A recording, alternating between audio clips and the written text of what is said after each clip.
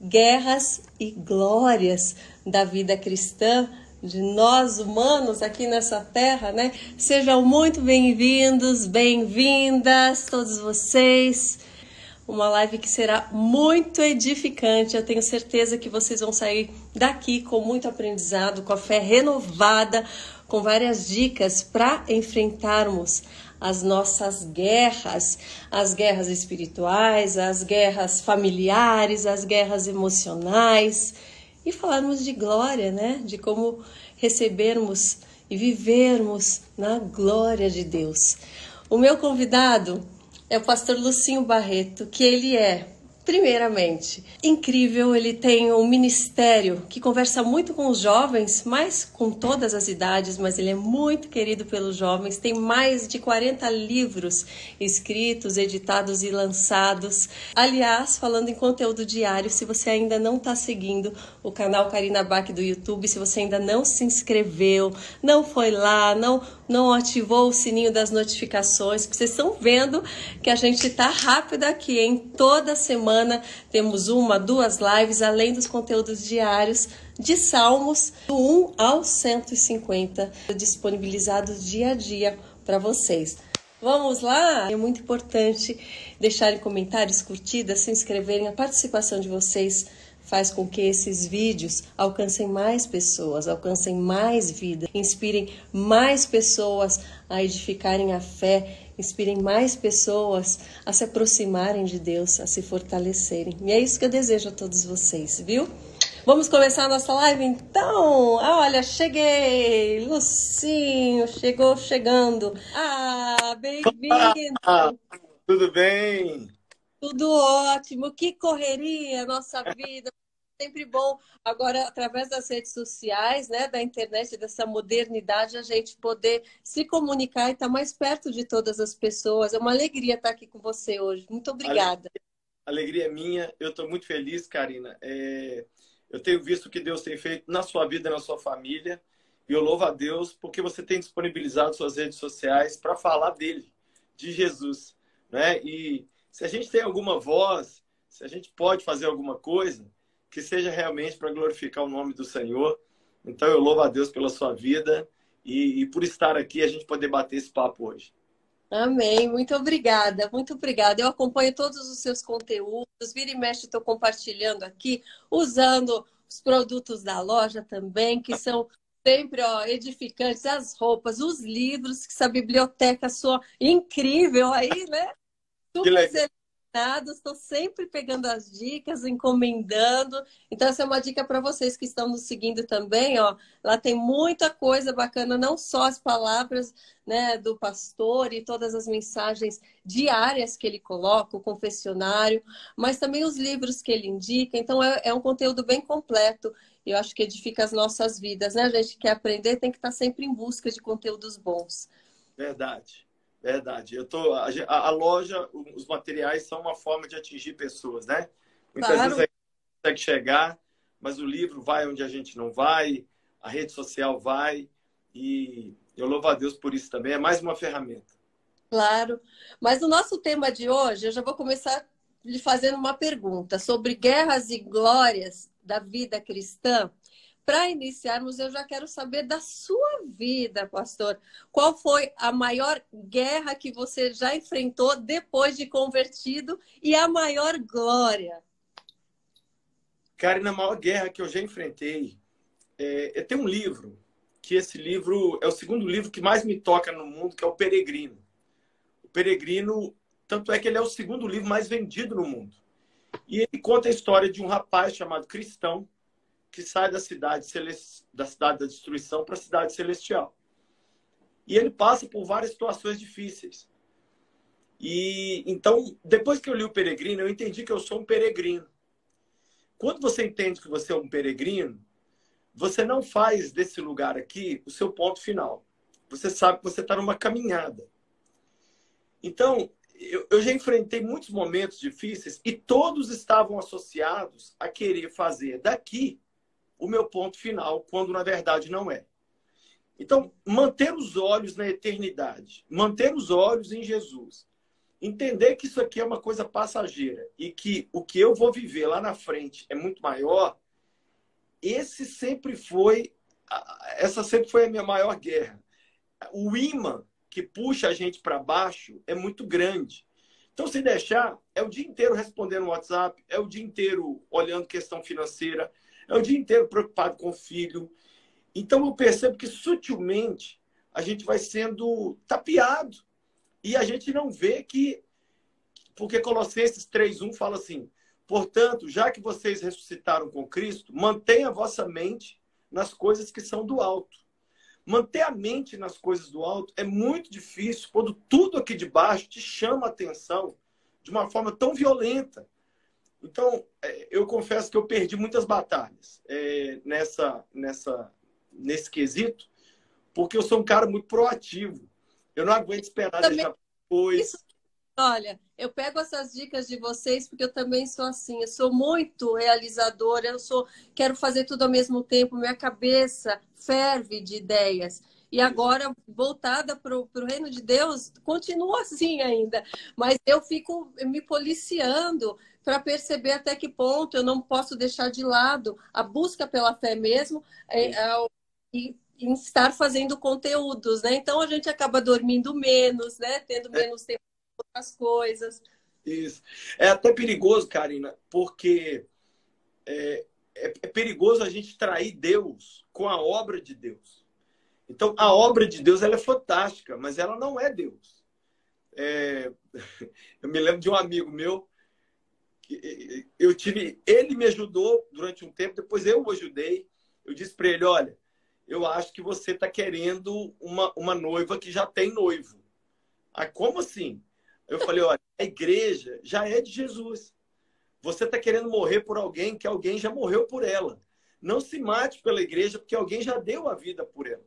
Então, essa questão de olhar para o alto, de me manter focado em Jesus, de não perder o foco das coisas celestiais, foi a minha maior derrota. E a minha maior vitória, sem dúvida nenhuma. Isso aí eu falo, as pessoas jovens me perguntam assim: qual a maior loucura que você já fez por Jesus? A minha resposta é imediata: é conseguir ler minha Bíblia todo dia e orar todo dia.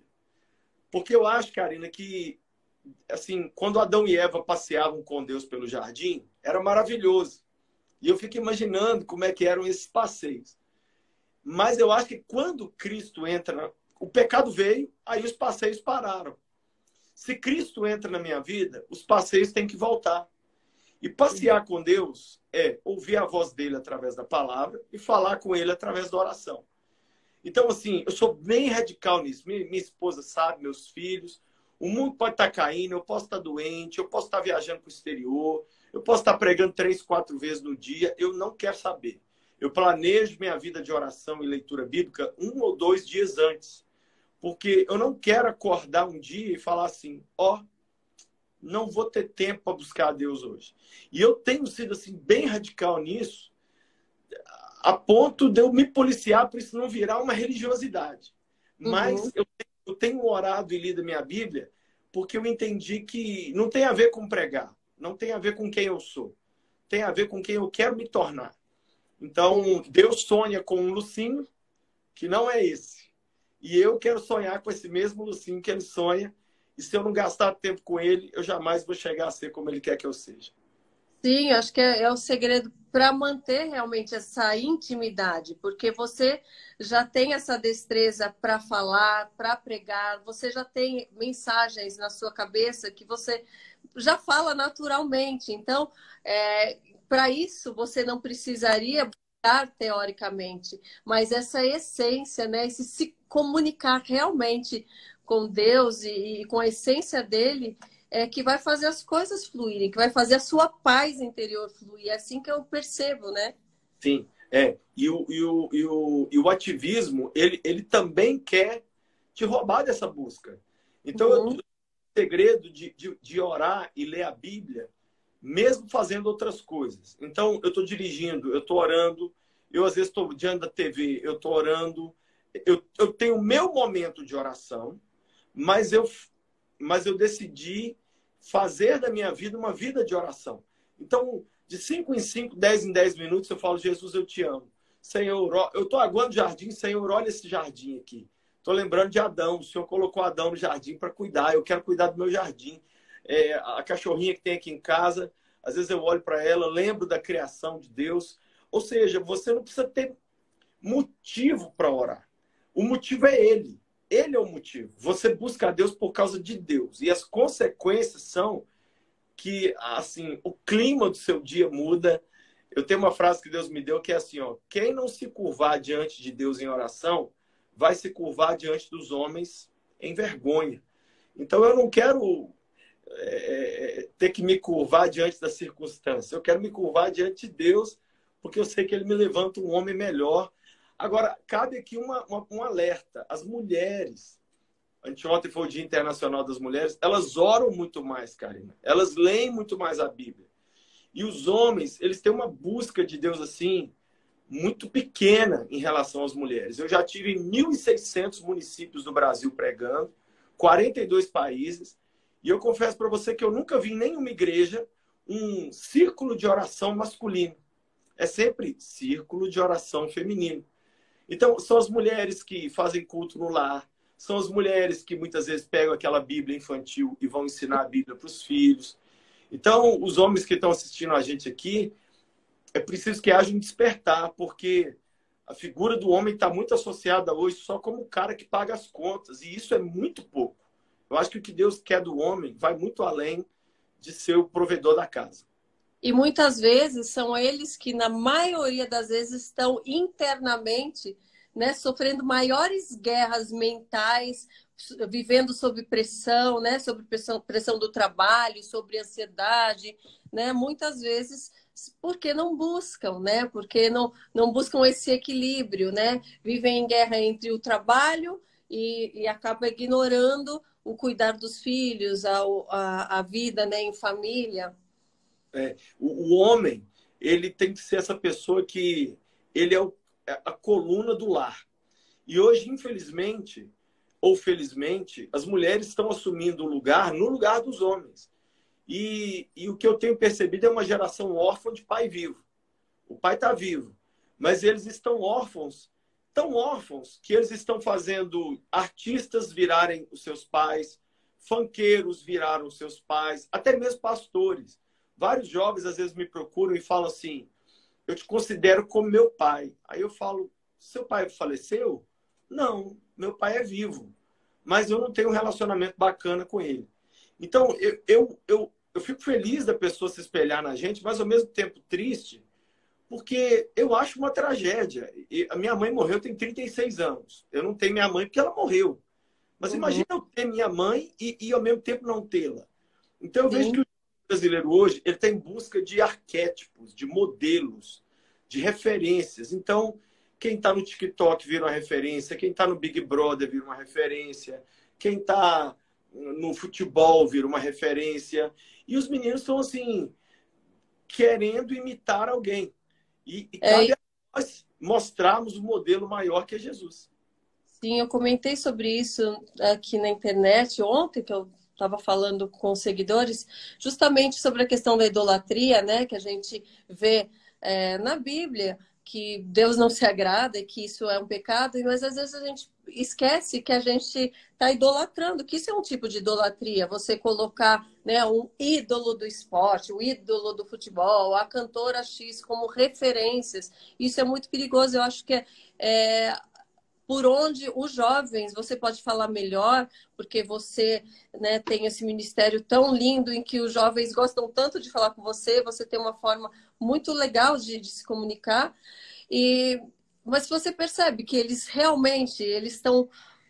esse é o maior meio deles se perderem, as redes sociais, essa idolatria, né, de outros que estão numa fama maior do que a deles.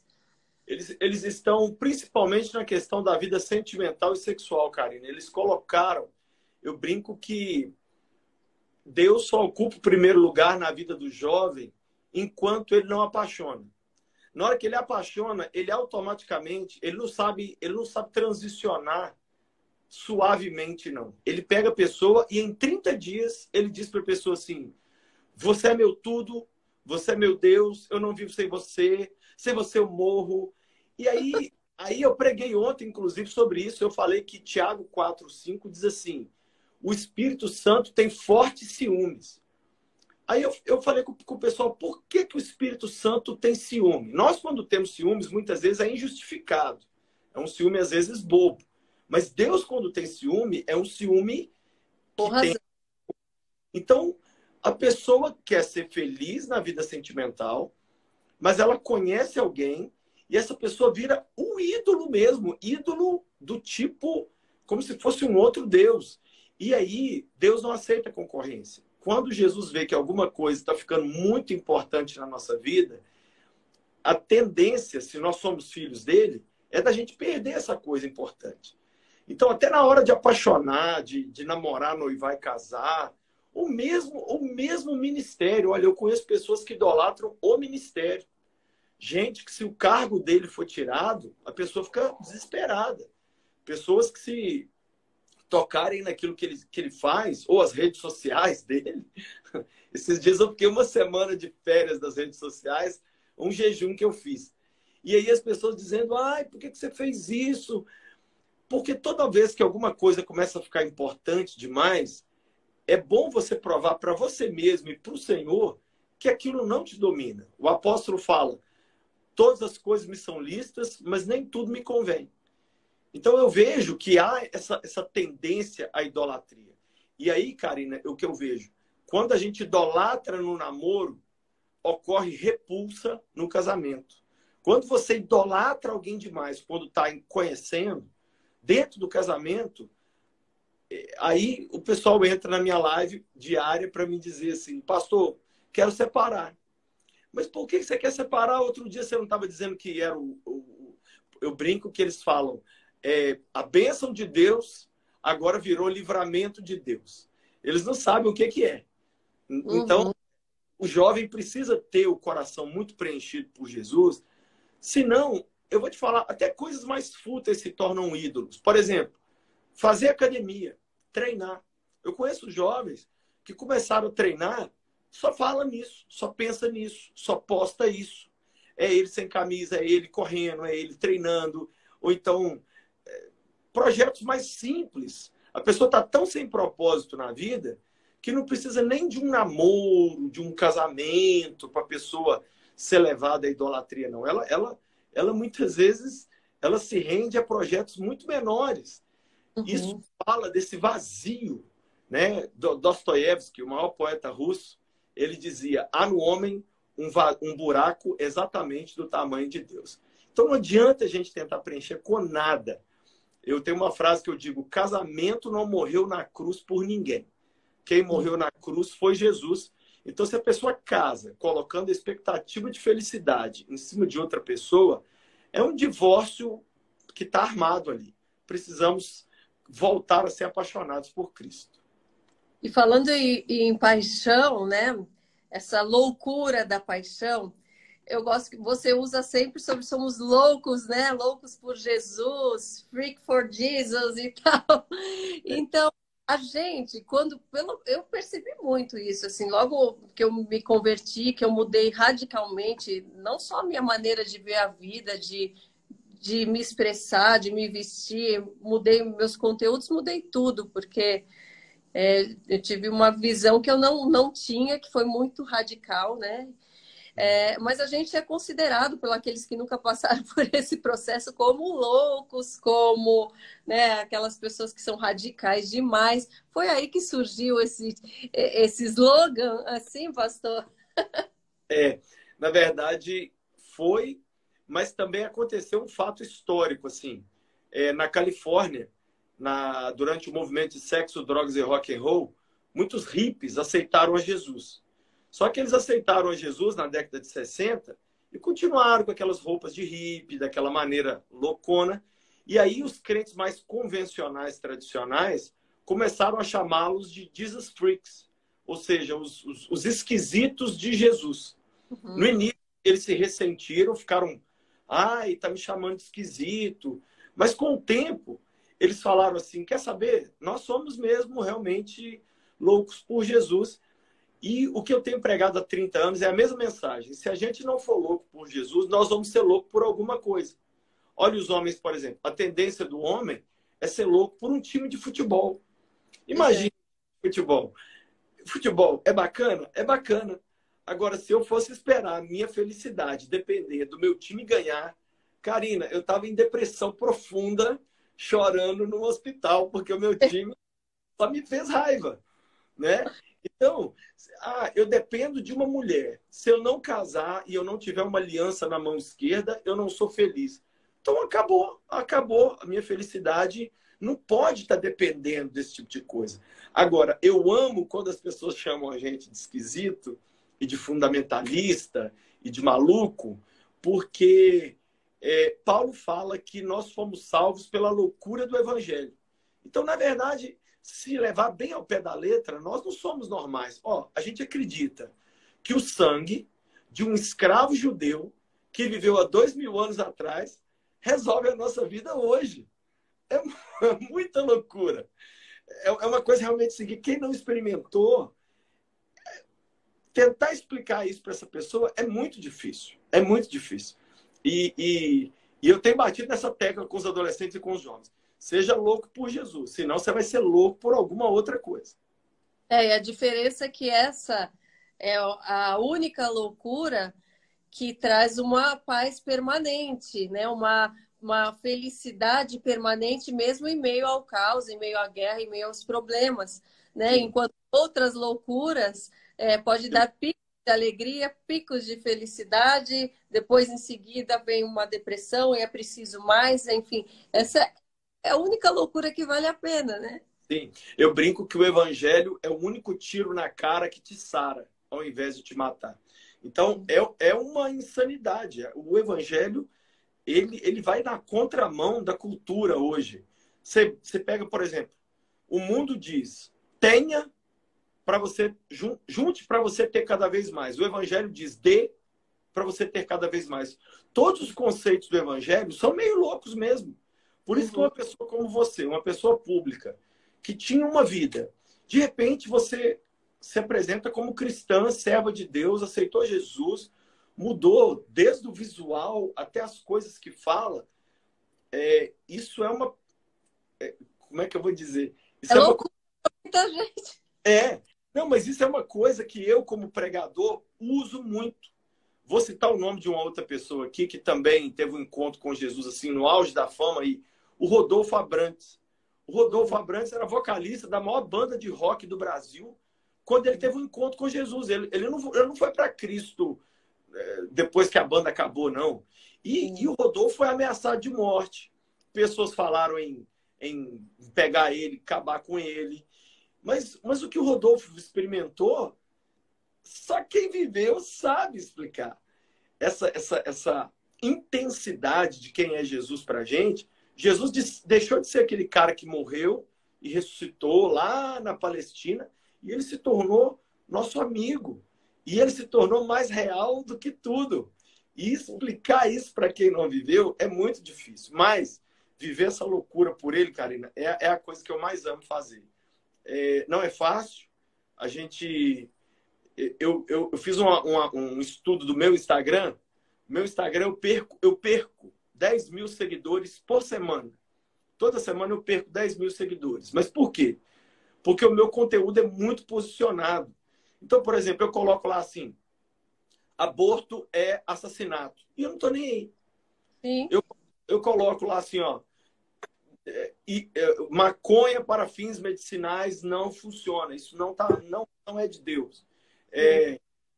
Você tem que honrar pai e mãe.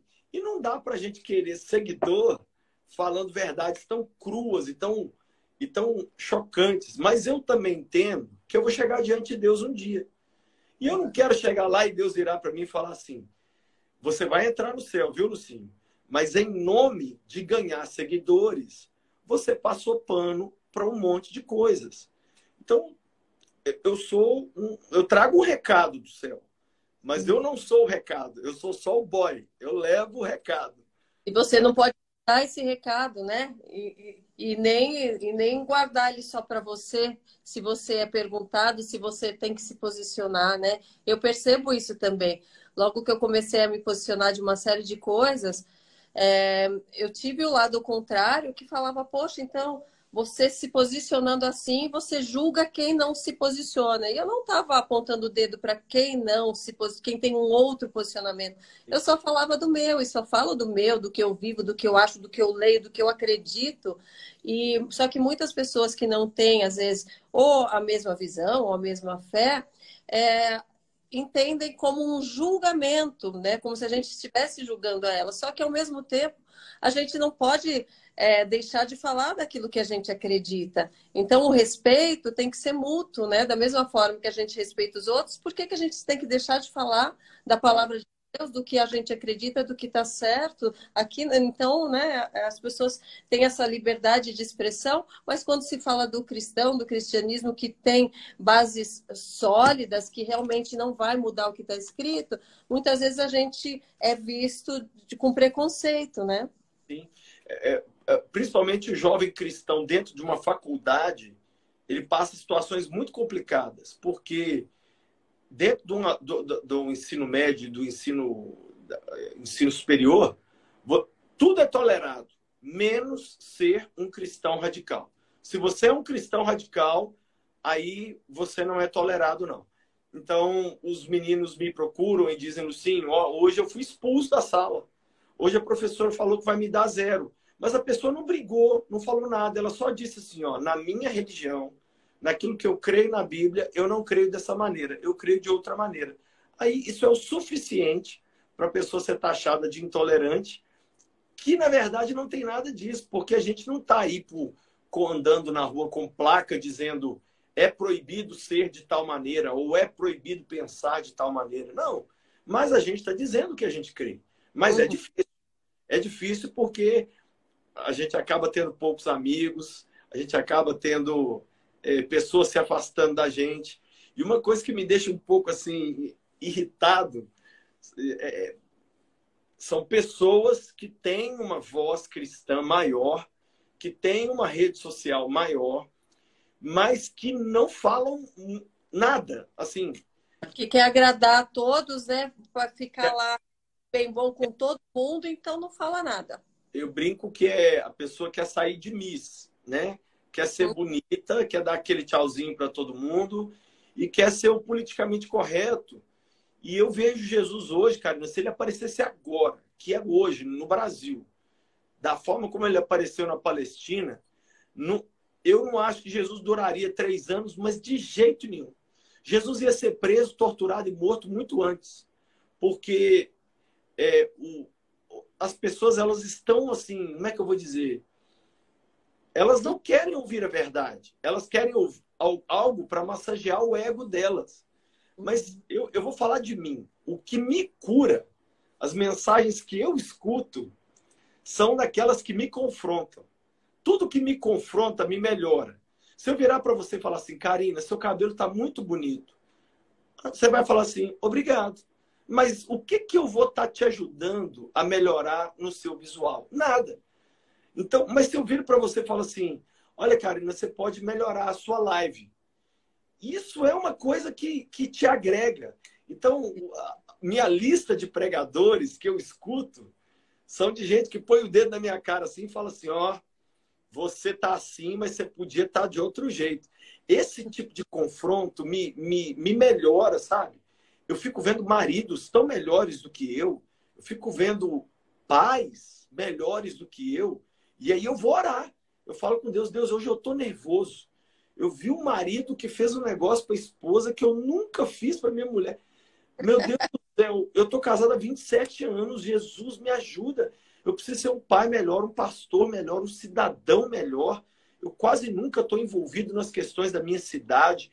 Então, esse tipo de autoconfronto, ele é benéfico. Muitas pessoas leem a Bíblia em seu favor. Vou dar uma dica para quem tá aqui. Leia a Bíblia contra você. Eu leio a Bíblia contra mim. Então, por exemplo, quando você vai ler a história de Davi e Golias, geralmente a gente pensa, eu sou Davi e os problemas são Golias. Não é assim que a gente lê? Mas e se você lê pensando assim, eu sou Golias? Muda tudo.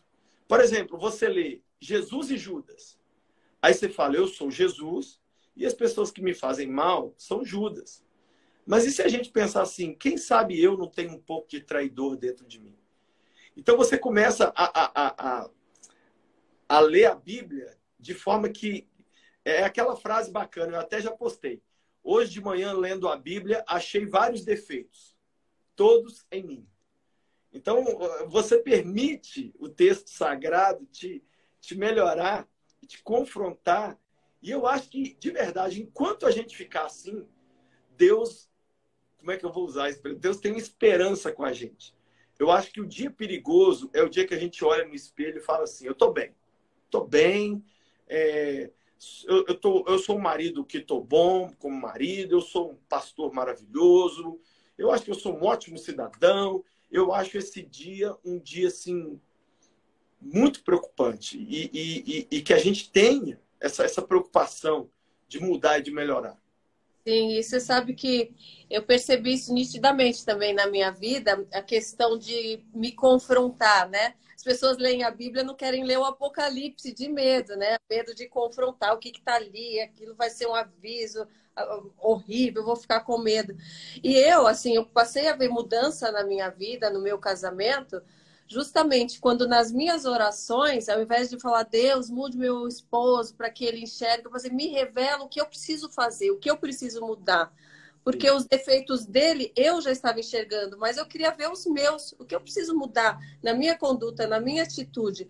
Então eu falo que eu passei a ver resultado dessa forma, né? E nas minhas redes sociais eu ponho muita mensagem positiva, mensagem de encorajamento, mas eu passei a perceber a necessidade também do confronto. Porque eu falei, poxa, essas pessoas, se eu passar só mensagens boas, elas vão se encorajar, mas muitas vezes não vão ter o gatilho para elas transformarem algo que precisa ser mudado.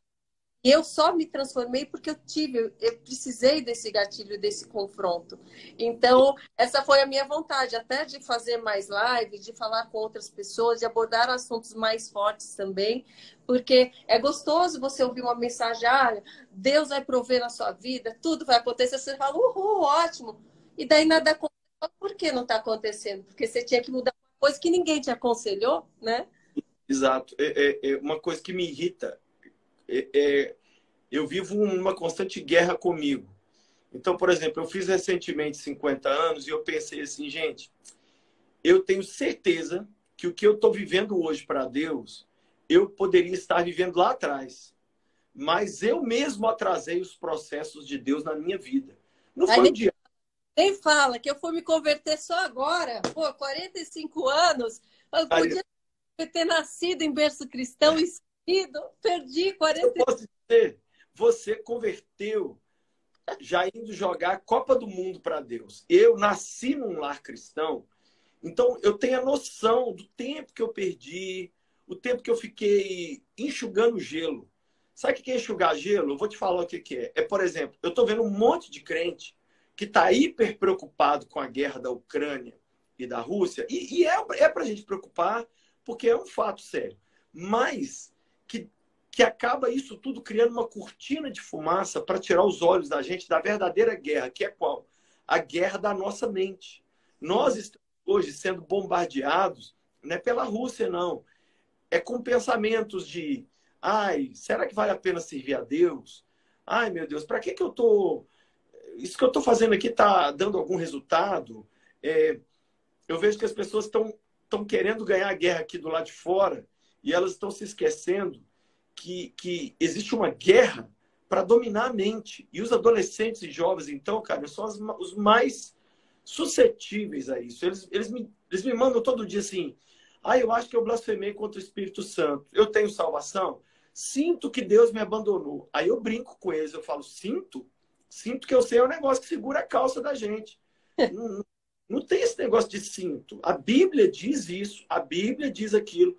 Mas nós não somos uma geração acostumada a ser guiada por mandamento. A gente é acostumado a ser guiado por sentimento. Então, o apóstolo Paulo diz assim, se eu me julgar, não precisarei ser julgado por ninguém. Em outras palavras, quando a gente pega pesado com a gente mesmo, a gente vê uma melhora da nossa própria vida, né? E muitas vezes a pessoa não quer isso, porque ela acha assim, a solução está em mudar em quem está ao meu redor. Mas não é. Eu mudo meu casamento mudando eu.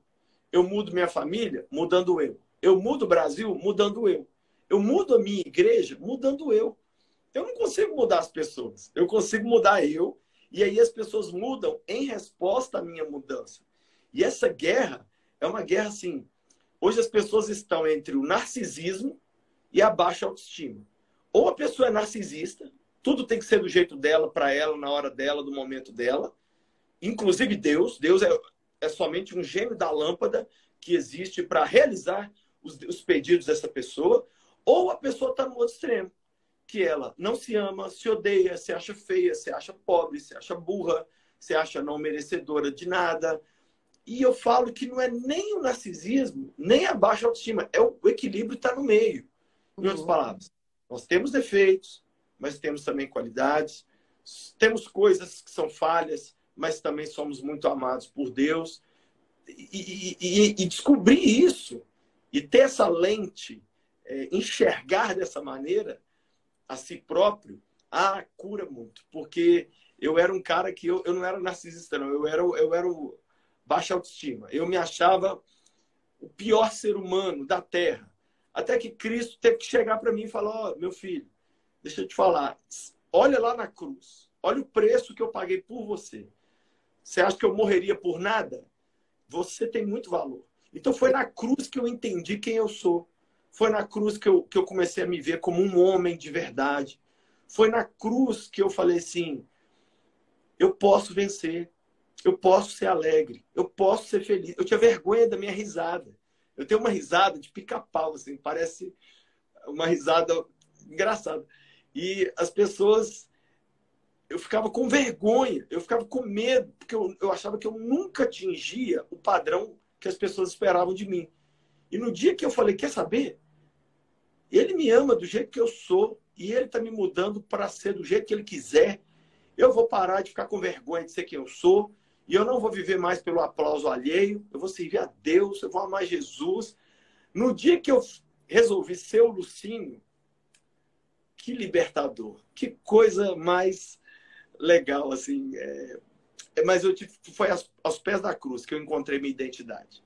Porque é quando a gente olha para dentro da gente mesmo, como você disse, mas com as lentes, né, de Deus, de Jesus, através do que a Bíblia nos diz, a gente enxerga os nossos erros, as nossas falhas, os nossos pecados, não com culpa. Se a gente faz isso sem a palavra de Deus, a gente não quer realmente que a gente vai se culpar, vai se botar mais para baixo. Mas quando a gente faz com Ele, a gente percebe que todos nós somos falhos, que Ele está ali para nos apoiar, que Ele quer que a gente abra o coração e reconheça nossas falhas mesmo. Então a gente se sente confortável, se sente à vontade, e aí que a gente é restaurado, né? Só que, como você falou, a gente acaba procurando, eu era assim, eu procurava a Deus na hora do gênio da lâmpada. Eu também achava, poxa, só que eu era super confiante, né? Super autoconfiante, nunca tive essa coisa de baixa autoestima, o meu sempre foi o contrário, as coisas sempre davam certo. Só que eu achava que tudo era mérito meu. Eu esquecia que Deus estava lá, que era Ele que estava dando oportunidades para eu fazer tudo aquilo, para eu realizar tudo aquilo. Então, a partir do momento, quando eu não conseguia por mim mesma, daí eu acionava o gênio da lâmpada e falava, Deus, agora eu fiz tudo o que podia, aquela história, só me resta falar com Deus agora. Buscava Ele no final, sendo que a gente tem que buscar no início de tudo, né? Exatamente. Esse é um perigo do brasileiro. É querer viver a vida cristã na força do braço. Aí você faz. Aí você fala, agora só falta orar. Poxa, tem que ter buscado no início. E essa questão de buscar a Deus no início, a gente já vai direto para o ativismo. Nós somos um povo muito... Só que a gente ainda não descobriu que 1 minuto com Deus a gente produz o que a gente leva 1 ano fazendo na força do braço. Sim. Então, 1 ano na força do braço, eu alcanço o X. 1 minuto com Deus, eu alcanço esse mesmo X. Uhum. Então, essa entrega, ela é muito difícil, principalmente para nós homens. O homem, ele pensa assim, Ai, meu Deus, a minha família está dependendo de mim. Ai, meus filhos, minha esposa. Mas, igual eu vou dar o meu exemplo. Eu não tenho salário fixo de lugar nenhum da terra. E eu tenho 10 pessoas que trabalham comigo. São todos pais de família. Eu preciso crer. E eu preciso confiar. Mas aí, quando eu começo a criar muletas para eu me escorar, eu vejo que Jesus vai lá, tira todos os meus apoios, todas as minhas muletas, porque ele me quer confiando nele.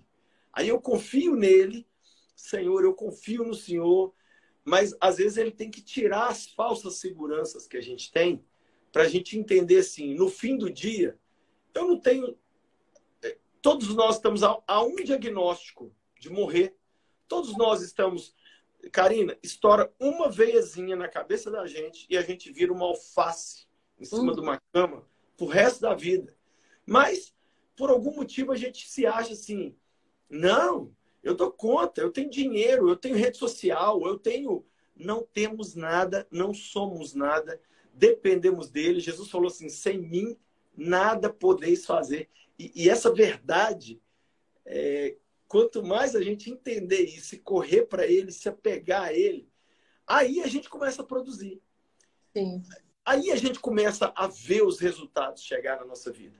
E a guerra é exatamente para não tentar fazer na força do braço. Davi era isso. Davi consultava o Senhor antes de ir para as guerras. Resultado, ele é considerado, eu já fui em Israel várias vezes, ele é o amado do povo de Israel.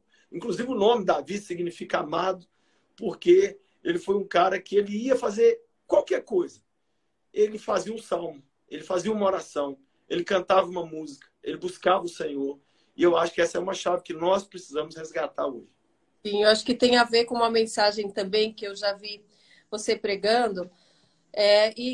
E é uma guerra, é um tipo de guerra das pessoas que lutam pelos resultados e aquelas que lutam por valores, por princípios, né? Então, muitas vezes, aos olhos do mundo, aquelas que estão tendo maiores resultados, mas não estão, né, agindo por princípios, elas estão conquistando as coisas, estão conquistando bens, estão conquistando fama, isso acaba distorcendo o real valor, né, para o reino de Deus, para a nossa salvação, do que realmente importa. E isso acaba fazendo com que as pessoas tenham mais ganância, porém elas estão conquistando ali, atingindo resultados, vivendo em busca de resultados, mas no final não conquistando nada realmente para o reino de Deus, não conquistando paz, conquistando só coisas né, perecíveis que vão embora, não servem para nada. Eu costumo dizer, Karina, muita gente me procura dizendo assim, pastor, estou orando, lendo a Bíblia, jejuando, e eu estou vivendo os meus piores dias. Aí eu viro para essas pessoas e falo assim, então eu também quero te falar que tem pessoas agora pecando, falando contra Deus, ou nem nele creem, e eles estão vivendo os seus melhores dias. E nem por isso os valores da Bíblia deixaram de ser os valores corretos. Sim. Porque se você for viver uma vida pragmática, uma vida onde tudo é resultado, então nós estamos perdidos. Eu até fiz uma pergunta esses dias numa palestra para os jovens. Era uma palestra motivacional, mas eu comecei desmotivando todo mundo. Eu falei assim, quem é o seu modelo de sucesso? Um cara que ganhou o primeiro milhão antes dos 30 ou um cara que morreu sozinho, sem ninguém, aos 33? Pois é, olha. Então, hoje, infelizmente, assim, a questão do número, ela é muito forte. Mas se você for olhar, também tem essa frase, né? Jesus só tinha 12 seguidores, mas foi o maior homem do mundo. Adolf Hitler tinha milhões de seguidores. Então, ter milhões de seguidores significa sucesso? Não. Muitas vezes, nós estamos no nosso dia mais triste, Karina. Eu me lembro de um dia que eu estava com depressão. Eu estava mal, mas eu estava muito mal. Mas eu falei com Deus, eu vou te buscar com depressão, eu vou te buscar sangrando, eu vou te buscar com briga com a minha esposa, eu vou te buscar internado com meu filho no hospital, eu não vou negociar isso. E eu estava com depressão, diagnosticado, tomando remédio. E eu falei com Deus assim, comecei a orar, mas sabe aquela oração assim, Deus, estou aqui, então... E eu lembro que eu estava assim, meio que cumprindo uma tabela ali naquele momento, e eu falando, Senhor, não está nada fácil, está tudo muito difícil. Aí no final da oração eu pedi perdão. Eu falei com Deus assim, eu queria pedir perdão, Senhor, Pela porque oração. pela minha oração. Porque Isso. hoje eu fiz uma coisa, Deus, acho que se eu não tivesse orado, eu tinha feito melhor. Eu senti o Espírito Santo falar tão claro comigo, como poucas vezes o Espírito de Deus falou assim comigo. Eu te proíbo de se autoavaliar. Quem sabe se você foi bem ou mal sou eu. E eu vou te falar mais. Você vir me buscar hoje com depressão contou muito para mim, porque tem muito servo meu que não está com depressão e não me busca. Então, naquele momento, eu entendi que eu posso estar mal e, aos olhos de Deus, estar bem. Como também eu posso estar sorridente, alegrão, todo feliz, e Deus olhar e falar assim, cara, você não está vivendo no centro da minha vontade, você não está fazendo o que me agrada. Então, eu passei a tentar pedir a lente de Jesus para eu me enxergar. Se eu me enxergar como ele me vê, eu vou parar de ser... Eu não vou viver nem no coitadismo, ai, tadinho de mim, uma vítima. E também não vou viver me achando. Ai, você é demais, eu sou demais. Não, não sou nada. Eu sou alguma coisa nele, né? Então, essa guerra diária interna do cristão, ela é uma guerra muito real. E o Uhum. apóstolo Paulo, quando ele conta lá as loucuras que ele fez por Jesus, se alguém quiser ler depois, 2 Coríntios, capítulo 11, do verso 16 em diante, ele começa a falar assim, sofri naufrágio, chicotadas, apedrejamento, fui dado como morto. E aí, lá no final, ele fala assim, fora isso, tem as pressões internas. Então, Paulo estava falando das lutas externas, mas ele lá no final falou que, fora os problemas do lado de fora, ele tinha lutas internas gigantes. Aí eu te pergunto, cara, o cara é considerado o maior cristão de todos os tempos.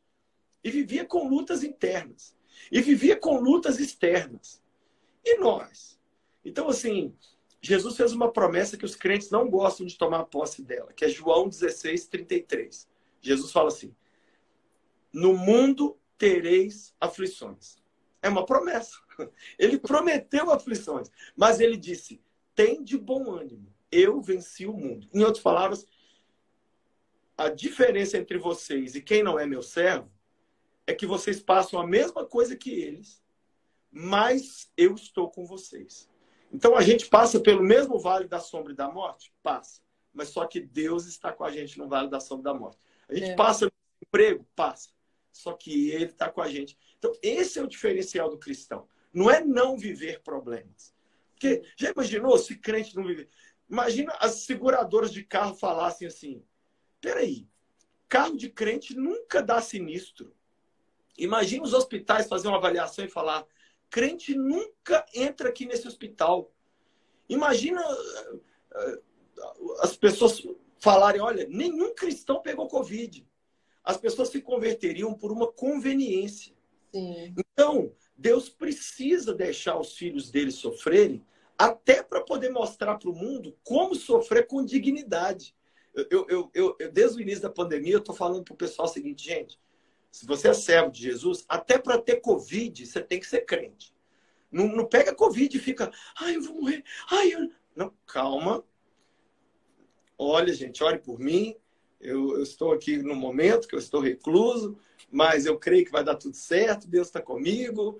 Então, até para viver lutas, o cristão ele tem que ter uma postura. Sim. Porque o nome de Jesus está em jogo. O que você faz hoje, Karina, reflete em Jesus. O que eu faço hoje, as pessoas, se eu dever alguém, por exemplo, se eu dever uma pessoa, as pessoas vão dizer, ah lá o crente. Olha o que o crente faz, né? E Então, é o que você falou, assim, né? Sofrer, se todos vão sofrer, né? Mas que a gente passe pelo sofrimento, pelas guerras com dignidade, né? Sem passar por cima de ninguém, sem muita, né, murmuração, sem reclamar de tudo. Mas enquanto outros estão lá, né, que estão sofrendo, a gente fala, todos sofrem, mas os outros não demonstram muitas vezes, né?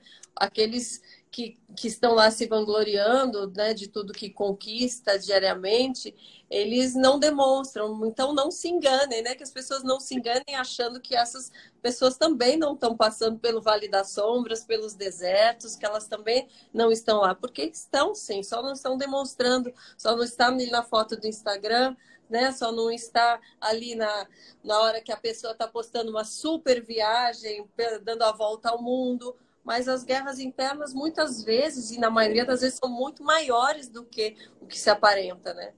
Muito maiores. E as pessoas se esquecem disso, que tá? Para mim, a maior loucura por Jesus que uma pessoa pode fazer é buscar a Deus e amar a Deus na bênção, como se tivesse diagnosticado com um tumor no cérebro.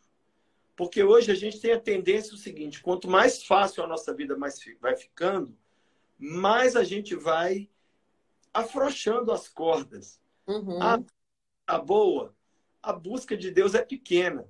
É a famosa história que eu conto da irmã que eu encontrei na fila, e numa fila, eu falei, ô minha irmã, você está sumindo da igreja, o que aconteceu? Ela falou, não, eu pedi para Deus um sítio, e eu fiz uma campanha na igreja, pedi a Deus um sítio, e Deus me deu.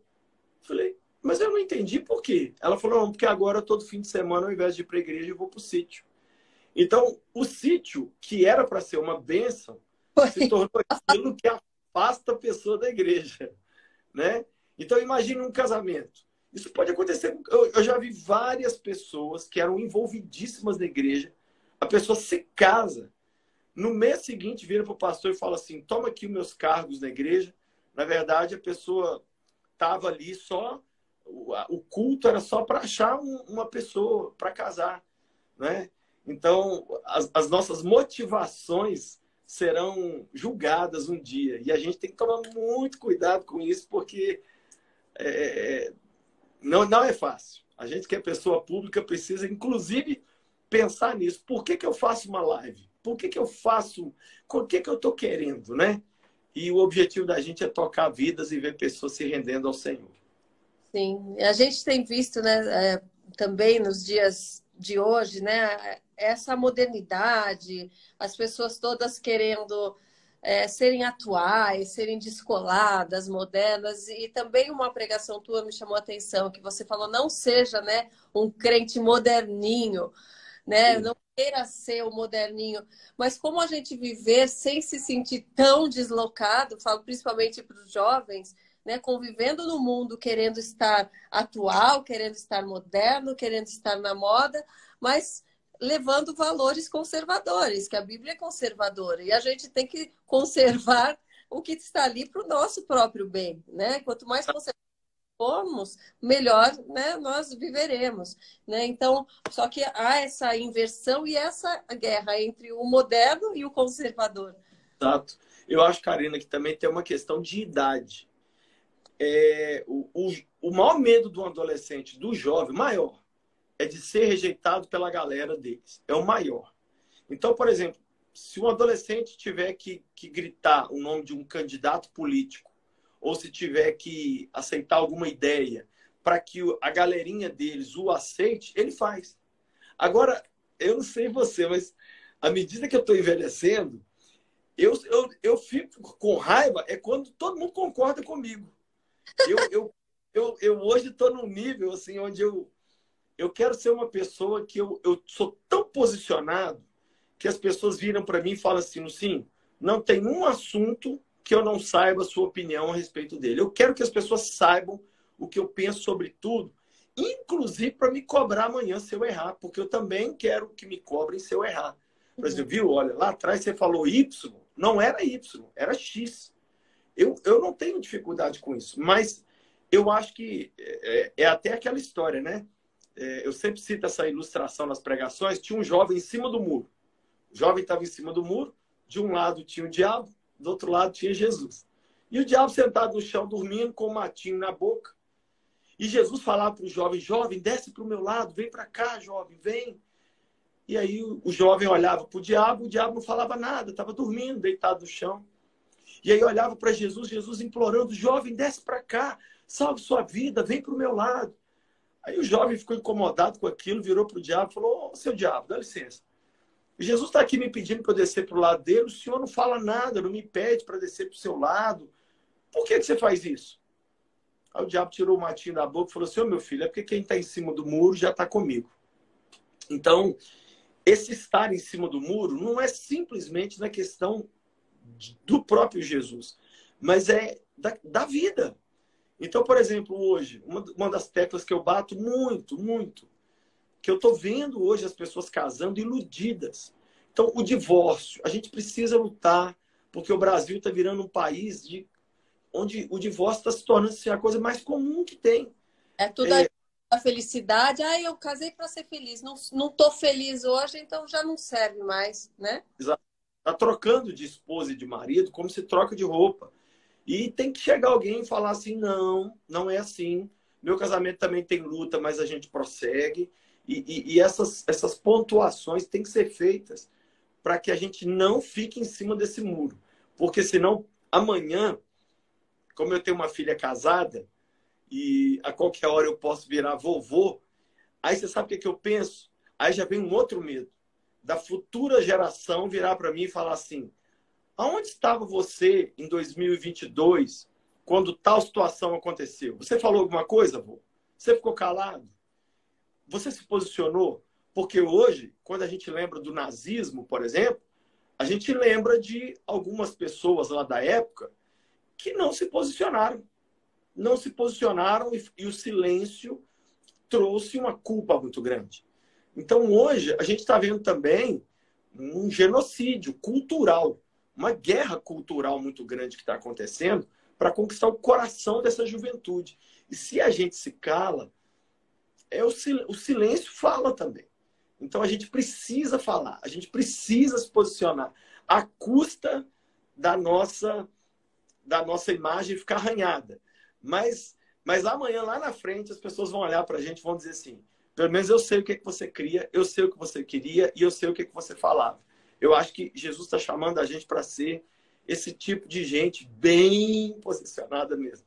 Qual o maior conselho que você daria hoje para os jovens, para os adolescentes que estão ainda aí em cima do muro, querendo ser aceitos pela galera, querendo, mas percebendo, né, às vezes um chamado e de que forma eles podem se fortalecer para seguir realmente os caminhos, né, de Deus, de Jesus? Eu assisto muito esses canais tipo Animal Planet, Discovery. Aí a gente vê que o leão, o leopardo, sempre come a zebra ou o animal que fica longe do rebanho. Então, o meu conselho para todo jovem que está me assistindo aqui, todo mundo está me assistindo, é ficar no rebanho. Dentro do rebanho, você é mais forte. As pessoas, a frase mais famosa na Europa hoje, e está ficando essa frase também muito famosa nos Estados Unidos, é Jesus sim, igreja não. As pessoas estão com raiva de Jesus. Agora, esse meu dedo aqui, ó, esse dedo aqui só é legal na minha mão. Se de repente o dedo ficar jogado no chão, é a coisa mais nojenta do mundo. Você quer ver nojento? Achar cabelo na comida. Cabelo é na cabeça que tem que ficar. Então, hoje, o conselho que eu dou para as pessoas é o seguinte, volta para a igreja. A igreja não é perfeita, mas é ali na comunhão com outras pessoas que pensam como você, que leem a Bíblia como você, que você vai ser fortalecido. Eu percebo que o que tira muito a força da galera hoje é andar com o pessoal errado. É andar com gente que não te incentiva a fazer nada certo, que na verdade te leva para os vícios, que na verdade te bate palma para os seus erros. Sabe? A gente precisa de gente que mostre para a gente os nossos pontos cegos. Eu tenho hoje pessoas que eles não me aplaudem nada. São líderes que me ajudam e eles me ligam e falam, Lucinho, ó, tal situação assim, assim, abre os seus olhos, você não está muito bem nisso. E essas pessoas, Provérbios fala que as feridas feitas por amigos são as feridas leais. Mas o inimigo multiplica beijos. Uhum. Ó, o inimigo. Ai, Karina, você tá maravilhosa. Karina, você é de Deus. Karina, não, tá, ok, obrigado. Eu recebo suas palavras, mas e o meu ponto cego? E o que que eu preciso mudar? Eu percebo que é andando com o rebanho de Jesus que a gente vai se tornar parte do corpo de Jesus. Então, meu conselho para a galera é voltar para a igreja. Maravilha. E olha, a gente já está terminando aqui, falamos 1 hora, mas eu ainda quero. Dá tempo da gente responder umas perguntas? Vou dar Lógico. aqui, porque nosso tempo é corrido, mas é tão bom. Deixa eu ver as perguntas. Vou precisar pôr meu óculos aqui, ó. Vamos lá. Como buscar primeiro o reino em momentos em que precisamos nos dedicar muito ao estudo, ao trabalho? Acho que você já respondeu sobre isso, né? É priorizando, é criando um compromisso, não é? Eu vou responder essa pergunta aí com a frase que os professores de faculdade falam quando os alunos reclamam que está tendo muito trabalho. Eles falam assim: o que você faz de meia-noite às 6? Então, quem quer, dá um jeito. Acha tempo, que seja lavando vasilha, que seja dirigindo, busca o reino de Deus de qualquer maneira. Olha aqui. Pois é, você sabe que eu, às vezes, é o que você falou, eu acordo de madrugada para orar, às vezes aproveito que dá vontade de ir no banheiro e falo, pô, já que eu levantei, deixa eu aproveitar orar um pouquinho, já vou para o outro quarto. Acho que quando a gente quer realmente, com a mesma intensidade que a gente busca, a gente recebe, né? A gente Isso. vai sabendo ouvir mais a voz de Deus, vai tendo mais paz, vai tendo mais entendimento, vai tendo mais sabedoria. É com a intensidade que a gente busca, né?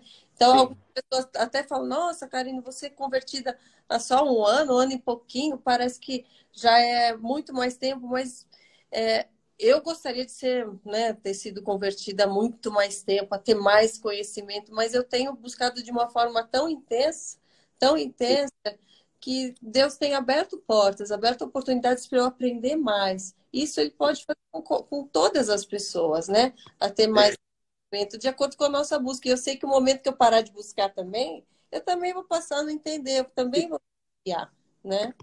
A fome, Karina, é o que determina o tanto que você vai comer.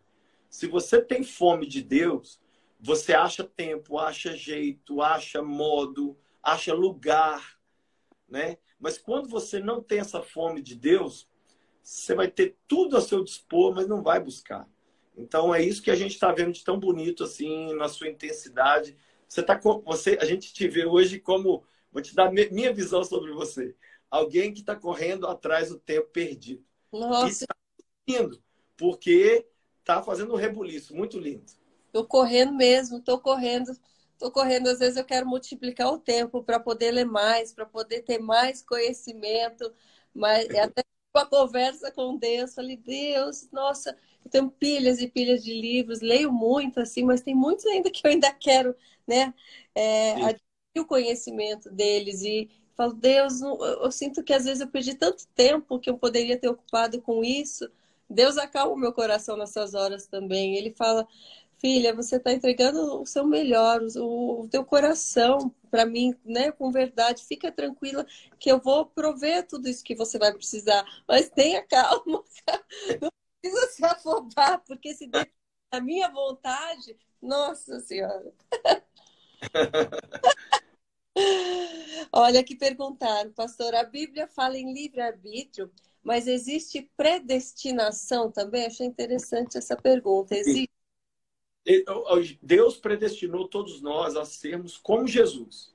Está lá em Romanos capítulo 8. A predestinação, eu não creio na predestinação fatalista, que diz assim, Deus decidiu quem vai para o céu e Deus decidiu quem vai para o inferno. Deus sabia.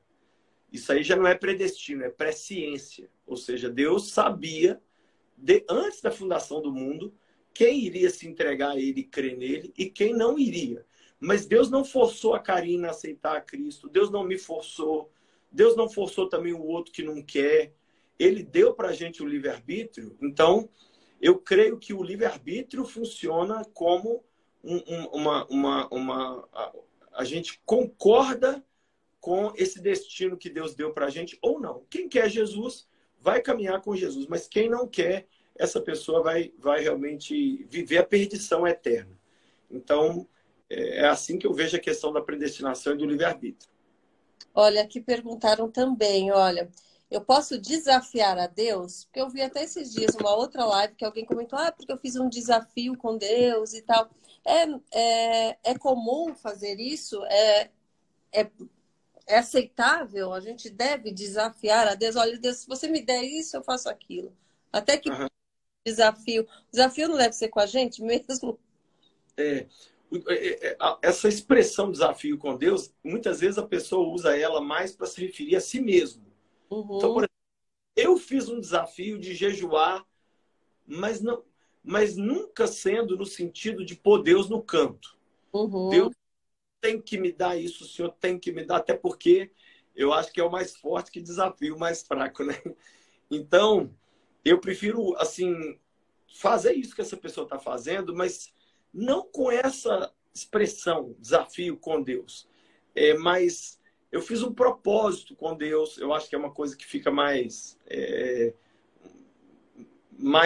dentro daquilo que a Bíblia diz.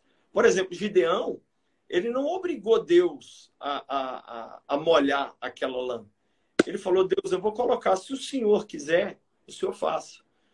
Aí hoje tem um monte de gente que quer colocar Deus assim no canto, é meio complicado. Isso aí eu já acho que não funciona, não. É o desafio onde Deus é que tem que cumprir, não a gente, né? Eu entro com a fome e Deus entra com a comida. Aí não dá. Pois é. Tem alguém perguntando aqui como vencer a guerra e a batalha num casamento onde o esposo não é cristão, né? Até que ponto ela deve permanecer lutando? Em 1 Coríntios capítulo 7, o apóstolo Paulo dá a solução para essa guerra, porque é uma guerra. Paulo diz que se tem um homem crente e a mulher não é, ou o contrário, o cônjuge não crente é santificado pelo crente. E ele diz que é para lutar para ganhar essa pessoa sem palavras. Ou seja, é possível essa pessoa vir a conhecer a Cristo vendo o exemplo do cristão. Então, não é porque está casado com um não cristão que você pode divorciar ou deixar, ou, né, abandoná-lo. Até porque, muitas vezes, quem é o crente também não era a vida toda. Se Uhum. converteu por um certo tempo. Então, caminhar com um cônjuge não cristão exige muita paciência, exige muita abnegação, exige muita oração. Agora, eu não vi nenhum caso até hoje de uma pessoa que orasse pelo cônjuge e não visse o milagre acontecer, nem que fosse no leito de morte. Lá, a pessoa lá no leito da morte fala assim, olha, eu quero entregar minha vida para o Senhor, e a pessoa ali se converter a Deus. É uma luta. Pode ser uma luta de 40 dias ou de 40 anos. Sim, Mas é muitos casais, né? Onde a pessoa vai, frequenta e está lá em oração. Às vezes está lá 30, 40 anos e né, o marido ou a esposa, mas é o que você falou, tendo a salvação, mesmo que seja no leito de morte, ela está cumprindo a parte dela, né? E muitas coisas dependem da decisão do outro, mas a parte dela é permanecer fazendo o certo, né? isso mesmo. É não sair da posição dela. Muitas vezes o desânimo vai vir, mas a pessoa não deve desistir, não, porque é o cônjuge, é a pessoa mais importante da vida dela e lutar por ela vai valer a pena, lutar pelos filhos também. É outra guerra que a gente não pode desistir de jeito nenhum, lutar pelos nossos filhos. Olha, eu amei o nosso papo, quero te agradecer demais, demais, demais. E finalizar com uma oração que você conduzisse. E vou deixar as demais perguntas para a nossa próxima live, que venham Vamos fazer. outras e outras. Conte comigo também para tudo que eu puder colaborar com o teu ministério, tirando né, dúvidas sobre o que eu vivo. Então, coloco Amém. minhas redes sociais e tudo mais. E já quero agradecer de antemão todos que acompanharam a nossa live, que estiveram aqui. E quem não assistiu ela desde o começo até o final, a live estará salva no canal do YouTube. Já, já, saindo daqui, Já vou fazer a edição e colocar no canal do YouTube Karina Bach. E siga o pastor Lucinho Barreto nas redes sociais dele também, para vocês edificarem a fé de vocês, se fortalecerem e se alimentarem de conteúdos cristãos, conteúdos que vão te elevar, te deixar uma pessoa melhor, te aproximar ainda mais de Deus. Isso é muito importante, porque conteúdo ruim está por aí, ó, bastante espalhado por aí. A gente tem que ter o discernimento para saber direcionar e focar os nossos olhos no que vai trazer paz, vai alimentar a nossa fé.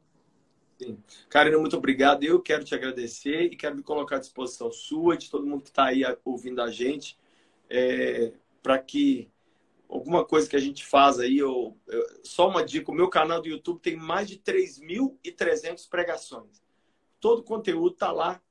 Quem quiser, é só entrar, clicar, muitas pregações, e eu posto vídeos diários também. Vamos orar. Senhor, eu te agradeço por este canal, pela vida da Karina, da sua família, do seu esposo. Te louvo, Jesus, porque o Senhor fez uma obra, está fazendo uma obra tão grande na vida dela e de todos nós. Eu quero te pedir por cada pessoa que está nos assistindo, não deixe a gente se perder no meio dessa guerra, que é a vida diária cristã. Que o Senhor nos ajude, que o Senhor nos fortaleça. Não deixe que a gente seja distraído pelo inimigo, mas que a gente possa vencer. Olha quem está nos ouvindo aqui, passando tanta luta, tanta guerra. Não sabe nem como orar. Mas eu peço ao Senhor hoje que o Senhor estenda a tua mão, traga o alívio, traga a resposta do alto que só o Senhor pode dar.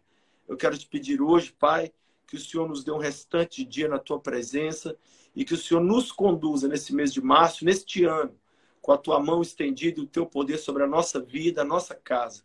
Eu abençoo a vida da Karina, por ela sou abençoado e te louvo por tudo que o Senhor está fazendo através deste canal.